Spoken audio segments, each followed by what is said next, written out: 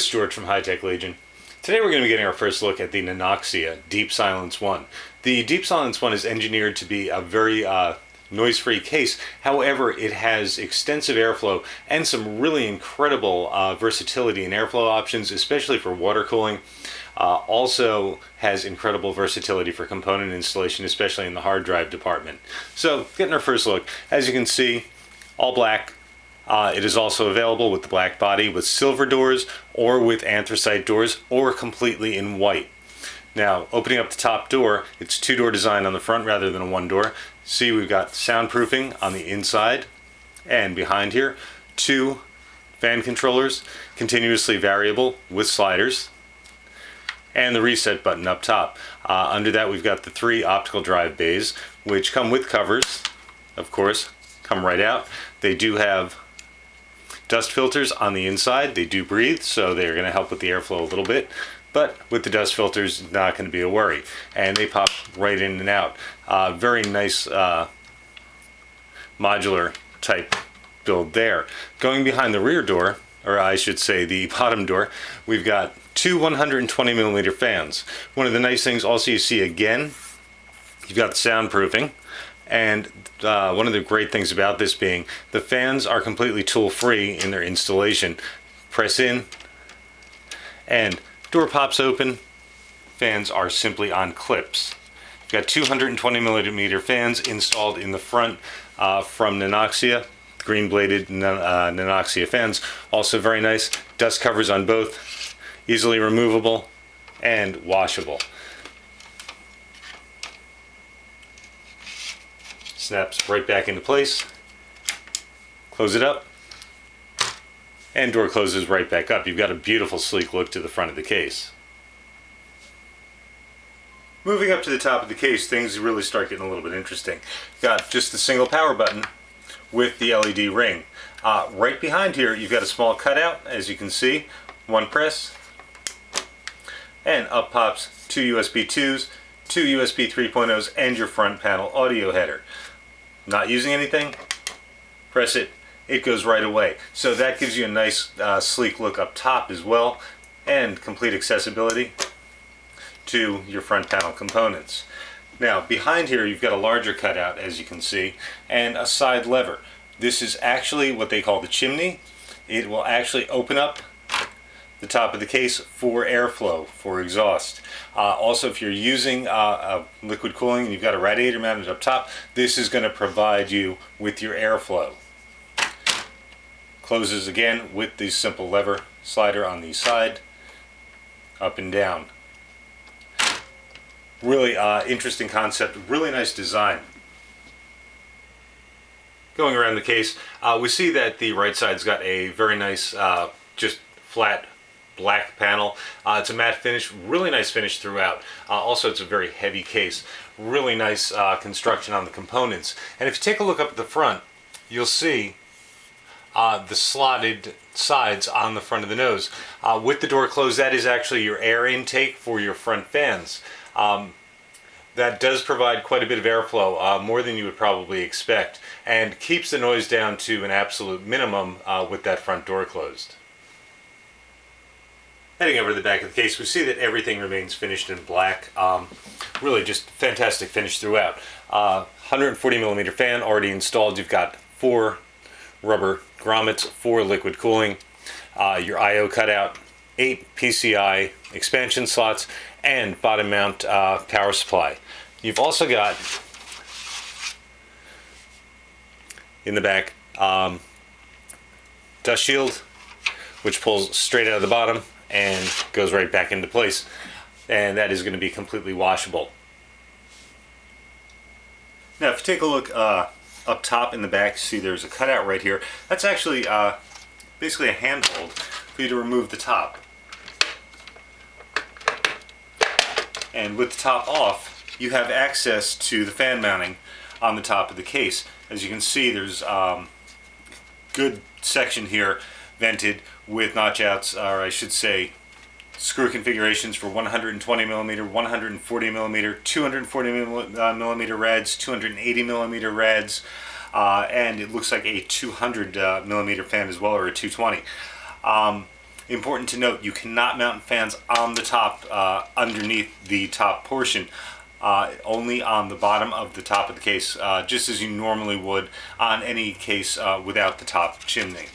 And it goes back into place just as simply. It's really just 4 pop-ins, and it snaps right back into place, and everything's back to normal.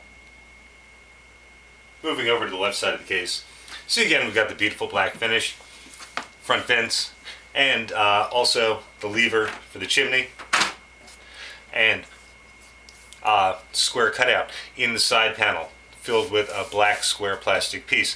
This is actually a cover for the side panel fan, optional of course. What happens is with the cover in place, obviously it's going to cut down the noise significantly, and taking it off allows you to mount the side panel if you want to do that. Taking a look at the inside of the side panel, you can see you've got the noise damping material throughout, good amount of it, really solid side panel, and you can take a look here. The optional fan mounting is prepared for 120s or 140s with a dust screen. The Deep Silence one comes with a nice array of accessories.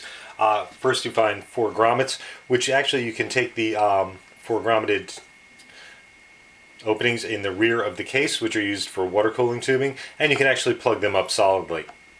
Next, really a great piece, you've got an 8-pin extension cable for the motherboard.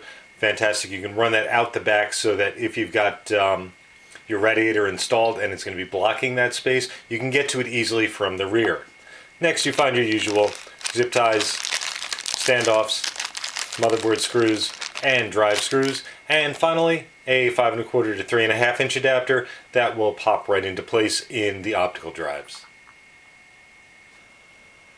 Inside of the Deep Silence one, we're going to take a look first at the back of the motherboard tray, and as you can see, we've got a fantastic cutout for rear access to the CPU for a backplate, and nice grommets all the way around. You've got a good array here of grommets, so you're going to be able to do some really nice cable routing. You've also got a good deal of space between the back of the motherboard tray and the side panel, and all of your tie downs in all the typical locations you'd expect. You've also got a pass-through right up here for your 4 8-pin CPU power up top, right behind this panel, as you can see.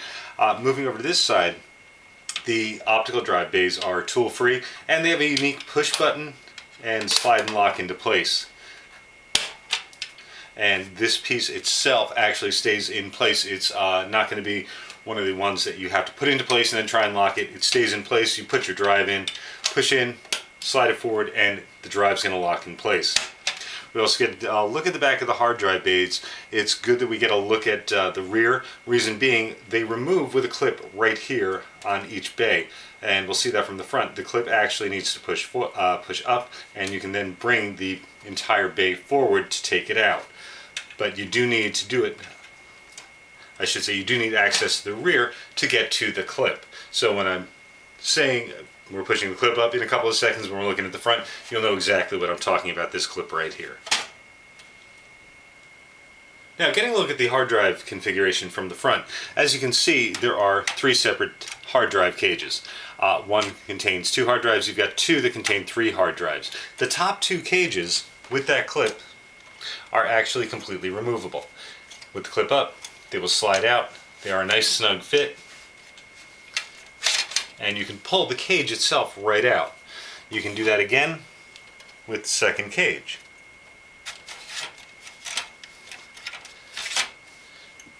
Now, why is this important? Because you're now opening up all the airflow from the front of the case to your components, the CPU cooler and the GPU cooler. So you can have an unobstructed airflow if you're not using that many hard drives. You can configure it any way you like.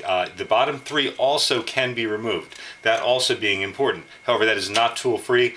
4 screws on the bottom, 4 screws in the front, and it can be removed completely. That would open up the entire front area to add in a 240 millimeter radiator up front with the fans. But where do the hard drives go then? Well, pretty simple. You've got a hard drive bay right here.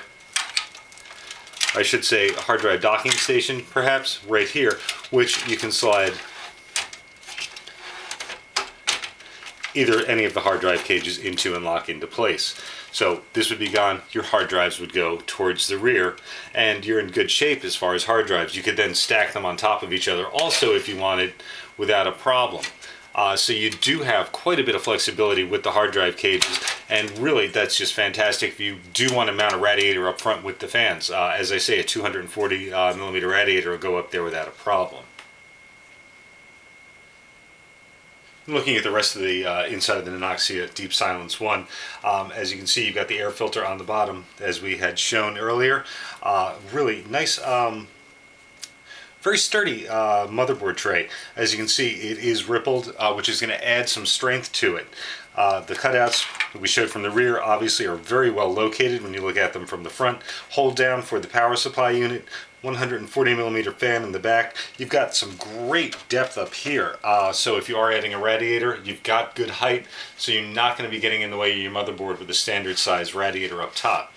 Also, 140 millimeter fan, and the fronts as well have black sleeving on all of the cables, and all of your case cables are black. And we've got two fan controllers here. Each of the fan controllers, the two separate channels, can take 3 fans without a problem. As you can see, 3 fan headers on each. Really a fantastic layout inside. Nanoxia did really an incredible job bringing up the versatility of the Deep Silence 1 with the configurable hard drive cages and the tool-free 120 millimeters up front, as well as the removable top. You've got some great options, especially as far as liquid cooling. You can really do quite a bit that you wouldn't expect in a mid-tower case. So Nanoxia did a fantastic job in the engineering. It looks like it should be a very quiet case. Very good soundproofing all around. Really a fantastic build all around. The fit and finish on it is really very nice all around. Right down to the optical drive tool-free holders. All the cables look really fantastic. And the removable motherboard trays with anti-vibration rubbers on all of them, so you're just covered all around from the silence aspect, and also really covered from the versatility aspect. The Deep Silence 1 is a really fantastic looking case and offers an incredible array of opportunities.